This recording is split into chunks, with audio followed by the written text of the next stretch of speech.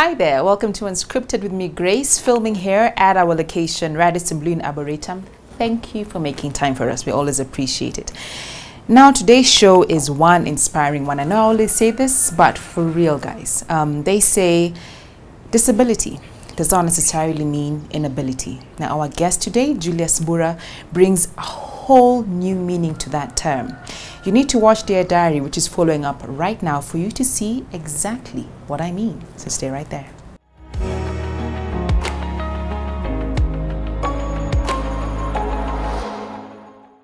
Hello, my name is Julius Mbura. I'm a VIP, visually impaired person. In a nutshell, I'm a blind lawyer with a passion for automotive. My world revolves around touch and feel. I see life through a different lens and something totally different from what people perceive is sight. I use my vision, which is bigger than sight. I would say you are your own driving engine and you are your own brakes. You know what I'm saying? You limit yourself and you actually can make your life better than it is by what you want, your purpose and vision and dreams. I have embraced myself. My question is, have you? Hi there, welcome to Unscripted with me. Thank you so much for making time for us. Like I said in the intro in the beginning, our show today is one inspiring show. I am honored and humbled to meet our guest today, Julius. Yeah. Welcome to Unscripted. Thank you very much. I'm a fan. I'm the one who's a fan on this end. Yeah. It's a pleasure. I heard your story and you are such an inspiration. Before we continue with your story, you can tell people who you are. I am one person that has gotten to where I am because of the support system that I have, especially my family, my friends, and to get to where I am, it's been a journey. Yeah, sure. So I really appreciate so much the kind of support and love I get from everyone.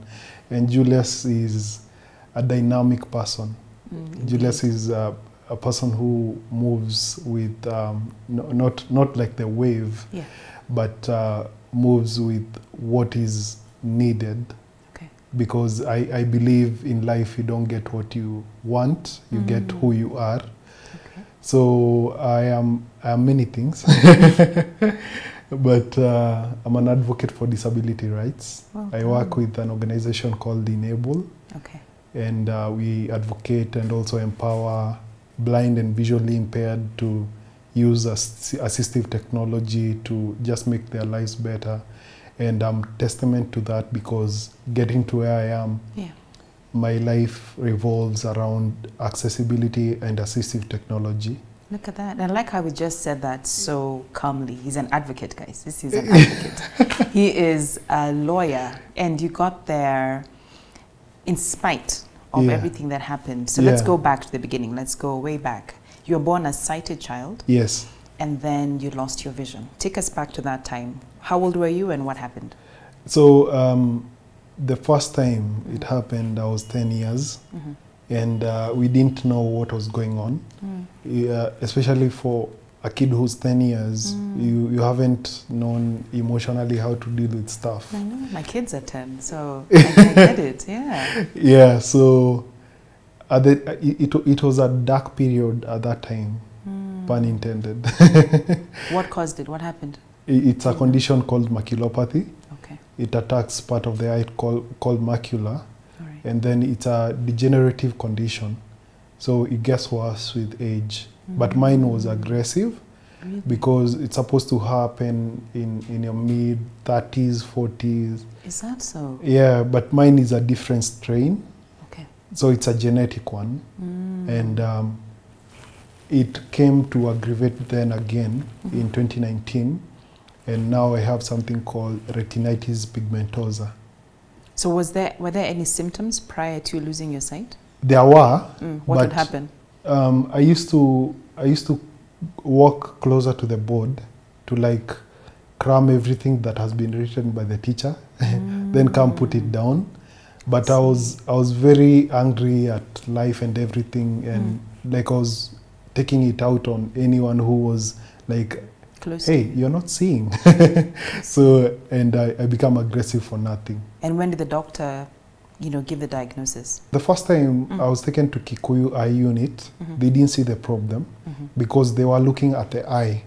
If you look at my eye, you'd think I'm seeing you, because everything on the outer part of the eye looks fine. Yeah, it's okay.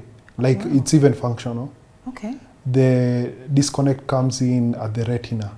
I see. Because the retina now connects the lens with the optic nerves. All right. So it has the photoreceptors and everything. Okay. That's where the problem is now. Yeah. And that happened at 10 years old? Yeah. What triggered your parents to say, okay, this is too much, let's go to the doctor? We started going to different doctors. There's one doctor who actually said I was mental. So I was taken to a mental school. And then that's where now it became bad. Okay. To a point that it now got lost. Like I wake up one day and I'm in total darkness. Yeah, so from there, then there are some specialists who had come from the US who specialize with the back of the eye.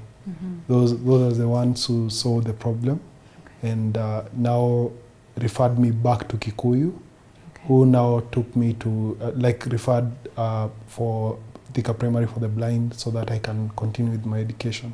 So when you heard this news, and I take it maybe you were with your mother or your parents when they heard my this? Mom. Your mom. I've been raised by my mom, a single mom. I see.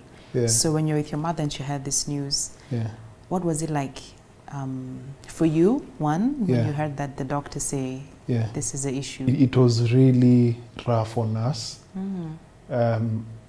Mom, she stopped everything to make sure that we get treatment or prayers. We would move from one place to another. We'd go to different locations just looking for pastors to pray for me, and then looking for some these mitishambas. And then it was this period where I realized at that young age that I was responsible on how people look and take me, to the point that you actually liberate everyone who's around you to be comfortable and also happy when you're happy. Because when I started accepting myself, the situation, I just told Mom, I think I'm okay, and that made her easen up a bit, from the pressure, from all the, because she used to guilt trip herself a lot. She thought she didn't take the right steps when it happened, and now she was blaming herself about that. Oh my. Yeah. How was it? I was watching, interestingly enough, just the other day, I'm sure you've heard of the Ray. Remember Ray, the musician? Yeah. So I was watching his movie, and there's a scene in the movie where he topples over and falls because there's something there and he can't see. I think he's around that age, about 10. Yeah. And his mom is watching. Yeah. So he's calling for his mom for help. But I think in that moment, his mom knew, if I help him now, he'll never know. I need to see what will happen, how he'll find his way. Yeah. How was it transitioning for you from one moment you're seeing, the next you're not, and those around you, how would they support you in this new space? Yeah. So my family didn't know how to take it at first. Yeah. And then for me, I withdrew. I went from being this cheerful kid to being a loner. Yeah. And just staying in my head all the time. I used to fester in negativity and marinate just in self-pity and just thinking of not having a future at all. I used to be a lover of cars a lot. I used to see myself as a driver. And when it happened, I was devastated. I'll never get to drive again. So fast forward to a few years later, and I started now conquering my fears. And I started now breaking the walls to actually now leave, because you don't know how much harm you're doing to yourself when you just strive to not have hope at all, and just have that negative mindset to a point where now it becomes toxic, and you start now putting it out there, you know. How bad did it get? You said toxic. What happened? I committed suicide. Attempted, yes. Really? I didn't commit it. No, I attempted. understand. Yeah. What did you do? At the young age, I didn't know the quickest way to like die. So I used to know that mom used to take Piritons and sleep a lot. Okay. So I went and bought, because the guy at the shop was used to me buying the drugs. For mom? Yeah, for mom. So I was like, we are trying to stack up, you know. So I bought like, I think 60 of them, and I like took them. Yeah, like I was taking like 10 at a time, 5, and then went to sleep. I thought I'd never wake up again, and then I was disappointed to wake up after like 60 hours. 60 hours of sleeping? Yeah. Wow. Yeah, at the time mom was really busy. She was moving a lot from one place to another, looking for produce to take to Marikiti and Gikomba. So who found you in that state? There was this lady who was taking care of me, but she knew that I didn't even have appetite at the time. So she just used to check if I'm breathing, I'm sleeping. So it was like a slumber, a deep one. Yeah. Yeah, so I wake up and I'm hungry. You ate all the food that you could get your hands. Yeah, so I found lunch and supper. I ate all of it, and I was still hungry. But what in that moment when you came to and you were still here? Yeah. What thoughts ran through your mind? I was still disappointed that I didn't do it right, but at the same time I was like, then there's nothing I can do at this point, and I have to live with the fact that I'm like this. Yeah. And I've tried my best. Mom has tried, and seeing what mom was going through, I'm the one who now told her, like, I'm okay. Okay. From this point, just teach me how to like be independent and move around and stuff. That was the like easiest thing that I did, which was also the hardest thing, and it made me to be who I am right now. That's powerful. Yeah. It was the easiest thing and the hardest thing you did, to accept yourself. Yeah. I think that's loud for each and every person speaking. Accepting yourself is not an easy thing. But stay right there, we'll be right back.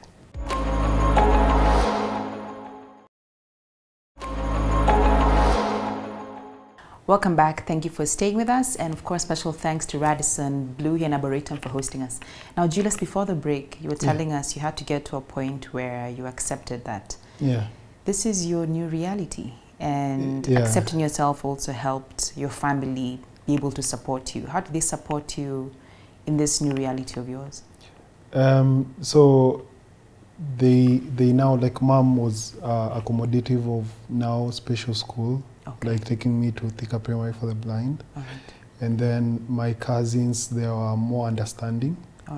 And they used to like ask me, is it okay if I help? You know, like they kind of make you comfortable with what they're about to like help you with. And that one now, like I got to a point now I told them, I don't need you to do this and this for me. I can do it. And because now my sight started coming back, it was easier now. Then again, starting like I got back to myself a bit. Imagine, tell me about that, your sight coming back. How old were you and how did it start happening? I lost my sight, that was 2001. And then after like a year and a half, by mid 2002, no, end of 2002, it was coming back to a point where in 2003, I had to be taken classes behind to learn braille, mobility, and orientation. So from class 5, I was taken back to class 2. How come? They do that so that you are taught braille from that young age, because it's a new language. and you have to be taught from A, B, C, D till Z. Then you have to be taught how to walk with the white cane, and then how to now do a few activities by yourself. So the whole process, I didn't like it because I was mad that I'm being taken back to where I was. But again, yet you could see. Now, well, you started seeing. Yeah. So when it started coming back, it got better to a point where I could use a pen. Oh wow. Yeah, and then now I said, to heck with Braille.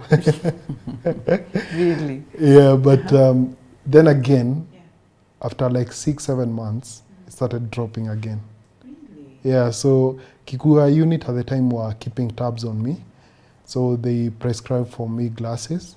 Okay. And then they were high magnification. Like I started with positive 14s. By the time I was getting to class 8, I was at positive 25. And my eyes were demanding for even powerful magnification. So the doctor was like, I think you'll have to go back to doing Braille, especially for your high school, because this one will damage the little sight you have. And then that's the time that I was told that with age, because this magnification that I was like going up and up, it was clear indication that my sight was still going low and low. So I had the mental preparation that the inevitable will come. It might get, like probabilities of it getting worse were higher than getting better. So how many years did you have your sight back? It was like 18 years. Oh, wow. Yeah, so I enjoyed that. Yeah, I know, that's a considerable amount of time. Yeah. What do you remember seeing? Hey, I've seen a lot. Yeah. I've watched movies. I've seen you. Apparently. Yeah. Though I'm scared of asking him how do I look? So you've seen me before? Yeah, like the time you were doing news. A different show, yes. Yeah. There's a time you were even doing weather. Yes, oh, so you have seen me. Yeah. Oh, wow. And then... I haven't changed much. Don't tell him, guys. I look exactly the same. I have not aged. I believe you. I'm kidding. Yeah. So I maximized my short-sightedness. What do you miss seeing, if I could ask you that? Cars. Yeah? Literally, that's your favorite thing? Yeah. That's why I started the YouTube channel, like to make people appreciate cars through a different dimension. Tell us about that. How even in the state that you're in, you still went for your dreams, which is to drive a car and still love cars. How did you do that? I had to ask myself questions. Which are? Like, Julius, what can you do? Then I started doing things one by one, like hiking, skating, riding motorbikes. Yeah. That time I could see a bit. Okay. Yeah, so after high school, I started because getting into campus, it changed my perception about what my interaction with people and my interpersonal confidence with new people and new environments. So I had to really push myself out of the boundaries of self-pity and work on my self-esteem, because you have to accommodate all these people because they come from an ignorant point of view. Oh, yeah. Others, they come from unknown. And others are genuinely caring. But you have to have a balance. Yeah. And it's for you to first work on your inner self and then now put it out there, because I tell people, when you come to know me, just know me for who I am, not what you perceive or you've conjured that blind people or people with disability are like this. Because those are stories, and we are in a very dominant culture of having stigma, and it hasn't faded completely. Okay. That's why I just do the unthinkable of a blind person. So what have you experienced in terms of stigma that you can a lot from people wanting to pray for you, to people thinking you're not as good, like you're not on the level that any other person is. Really? Yeah, to the point that they even ask you some questions that take me back, like, or to see if you're on the same level. Yeah, like how do you do your chores? Like they find out that I'm living by myself, and they're like, so how do you dress? And I'm like, hey, you should be asking big questions, you know, like where is my career headed in the next 5 years? Oh, you know. I love that. Yeah, so where do you want to be in 5 years? That's a good question. Where do I want to be? Career-wise? Yeah. I want to be at a point where because I live by the mantra of changing mindsets and shifting perceptions.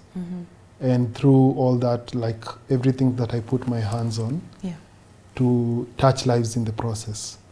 So I want to be at a point where people have really embraced disability and maybe at a good position of maybe that has influence. Yeah, so that you do already, in case you didn't know. Yeah. And maybe with an NGO of myself. I heard that you've cheated death 4 times. Yeah. Please tell me, is this inclusive of the suicide attempt? Yeah, that was the first one. What are the other 3? The other 3, I got hit by a car. Okay, I've been hit by cars. Really? Yeah, but the really bad While you're crossing the road? Yeah. Oh no. The bad one was 205. What happened? I was crossing, and because like the small sight that I had was sometimes deceptive, so I thought the car was far. Yeah, and then I proceeded, and the next thing I had breaks, scratches, and everything. Ouch. Yeah, it was really bad because like when I lifted my head, I hit the underside of the car. Ouch. So sorry. The third time was I got stabbed. I was What? vying for a role in campus. You got stabbed? Yeah, 7 Why? times. It was, I wouldn't like put it like it was planned or anything, but I was getting out of school to go look for food. It was around 8, 9-ish. And these guys were, their like intention was to mug me, but they went over and they started stabbing me. Oh no. Yeah. Where? At the back. Ouch. 4 times. The one that was severe was the spinal cord, like almost middle way of the spinal cord. And they're trying to finish you. Yeah. I'm so then here, and then one here. And you're here now. And I'm here. You're now. a walking miracle, Julius. Yeah, so the 4th time was I had a stomach infection that was really bad to a point that it caused blood poisoning that went to my brain and caused temporal coma. Yikes. Yeah, so I was in a coma for almost a week. Wow, Julius. Yeah. Like when I hear you speak, one, it sounds like a movie or a book I'm reading. I hope you're writing a book somehow. Because clearly you can do many things. I think even that should be on your to-do list. Yeah. But when you say all these things, what does life mean to you? I think life is what you make it. And my hope is to make it into a movement, you know, and live beyond what I live for. I don't know if it makes sense, but what do you mean? Like have a legacy, you know. Because purpose. Yeah, purpose. Actually, like I say, once you turn your curiosity into passion, then that into purpose, you kind of... Hope you're tweeting that. Once you turn your curiosity into purpose, into passion, then from that you turn it into purpose. I love that. Then because once you die, God forbid, but it happens. Yeah, it does. The legacy is not wrapped up in what you had the assets and all. That's true. It's wrapped up in the challenges that you overcame and how you went about it. And the lives you touched. Yes, and how people can draw lessons from that. So life is this funny place where we are all trying to be the best versions of who we are. That's true. And every day is an opportunity, a clean slate for you to refresh your intentions and actually now go for what you're worth. You're amazing, Julius. Let's take a short break. We'll be right back and get to find out how this young man became this wise and so inspiring. Stay right there.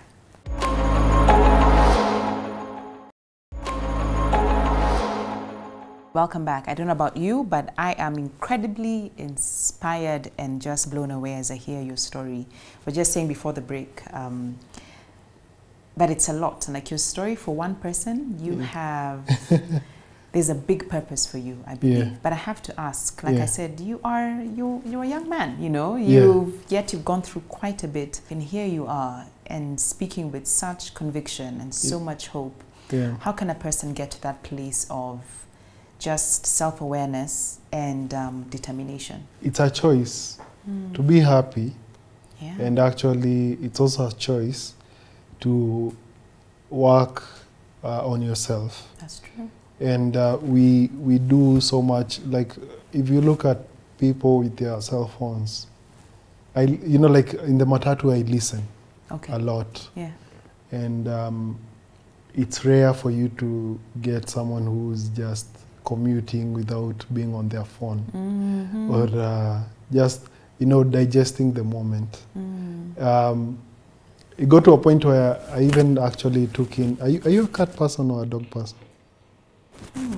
Ask me, am I an animal person? Are you an animal person? Dogs are cute. Go ahead. Yeah. There's a time I used to sell dogs, by the way, funny enough. I had a dog, but I've also kept cats as pets. I see. I had two, by the way, and I was blind at the time. Imagine. One of them, Tawi, realized that I couldn't see. So what happened? She was cheeky.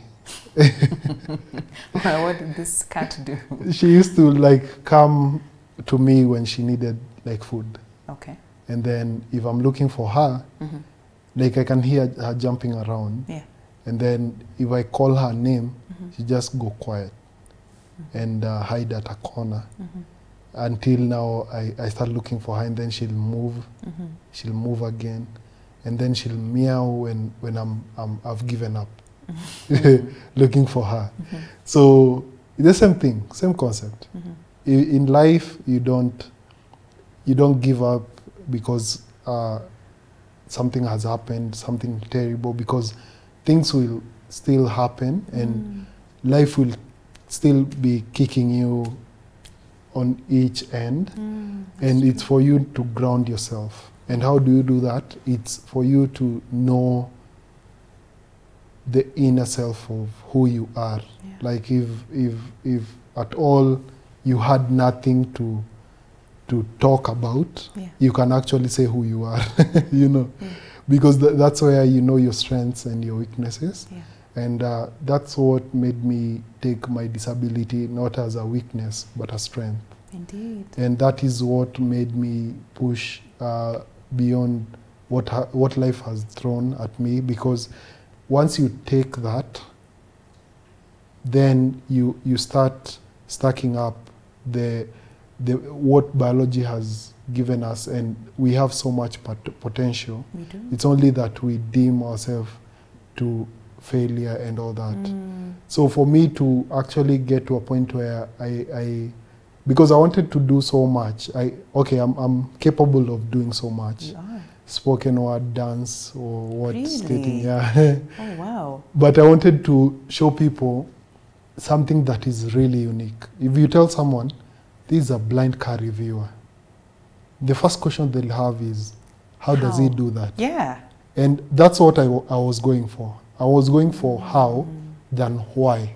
Nice. How does he do that than Why does he not do this and this or get out there like the rest? Guys, we are at the heart of the beast, and this one is a V8. How do you do it? I use what is called blind sight. All right. I know it's an oxymoron because blind and sight. But I have blended best of both worlds. All right. What I have seen, the mental visuals, with what I have acquired over the years through mastery and adaptation in the blind universe, to blend it together and come up with a way of not only using touch and feel to read Braille, but over and above, and actually now tell different materials, textures, and body shapes, like for different cars. Yeah.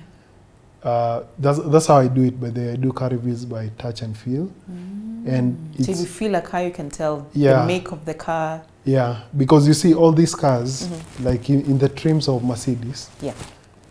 they have tweaks here and there to like do a facelift over like a period of like 5 years, but nothing much changes.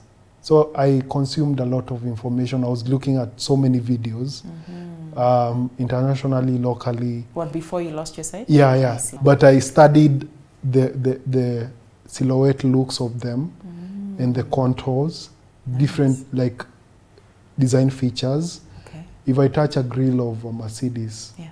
from a BMW, I don't even need to touch the grill. I can touch the headlamps or the rear end of it, and I'll just tell you this is which car. Well done. So that is what Julio Supercharged stands for, Okay. because like Julio and Supercharged, like Julio is my like name in Spanish, and then Supercharged is supposed to symbolize my senses, like in another level. Do you have a mantra in life? What is it? Sticking to my purpose Okay. and being motivated by fear.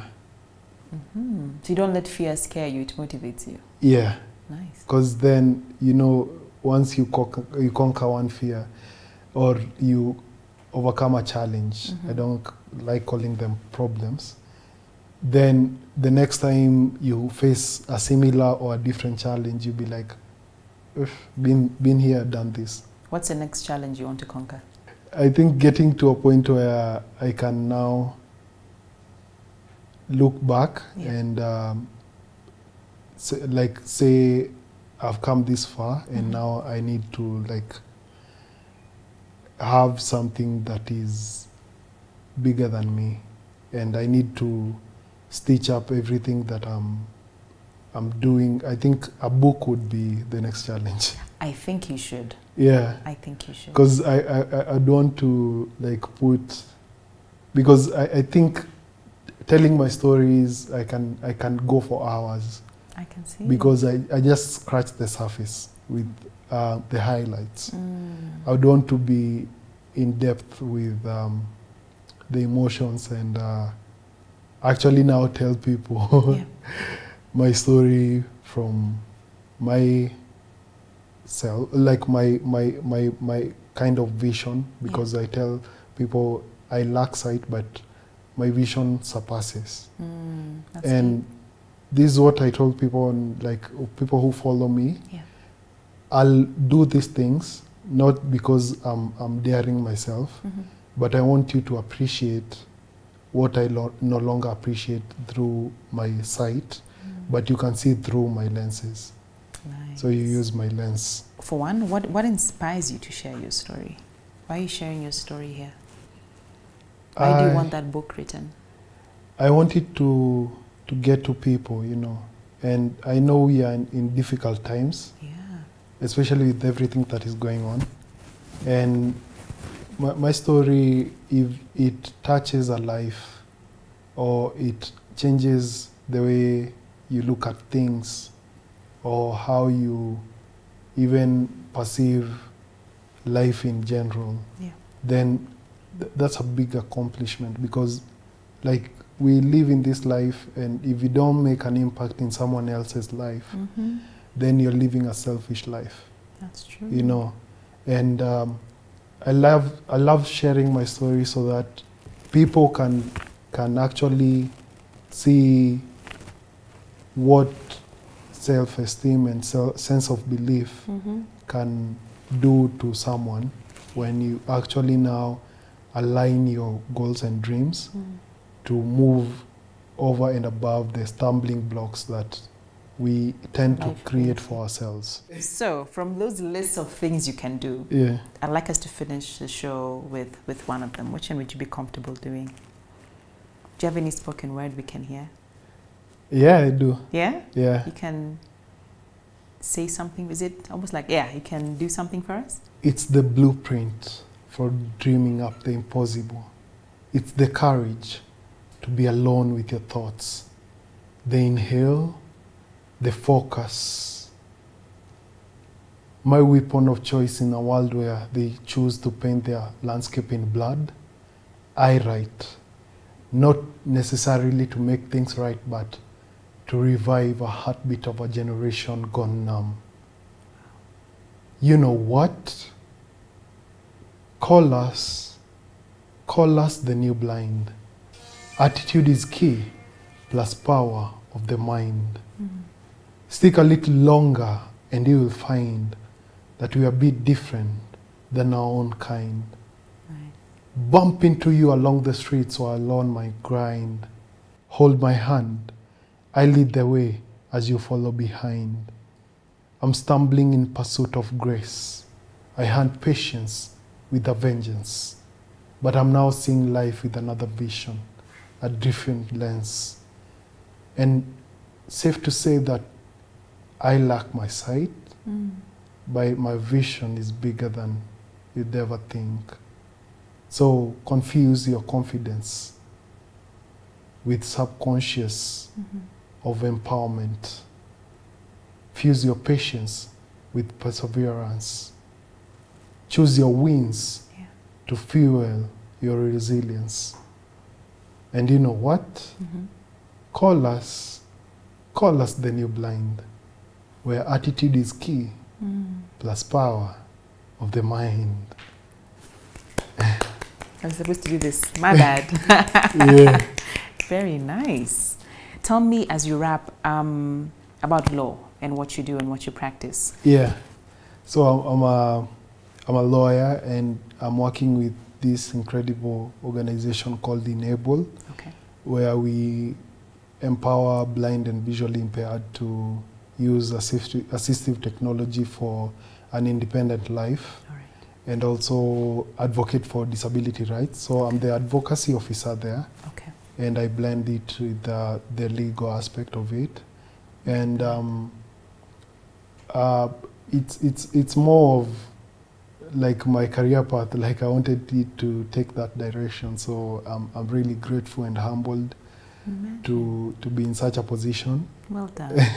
So maybe you can share your handles or details if someone needs your assistance? To find me, you can start with YouTube.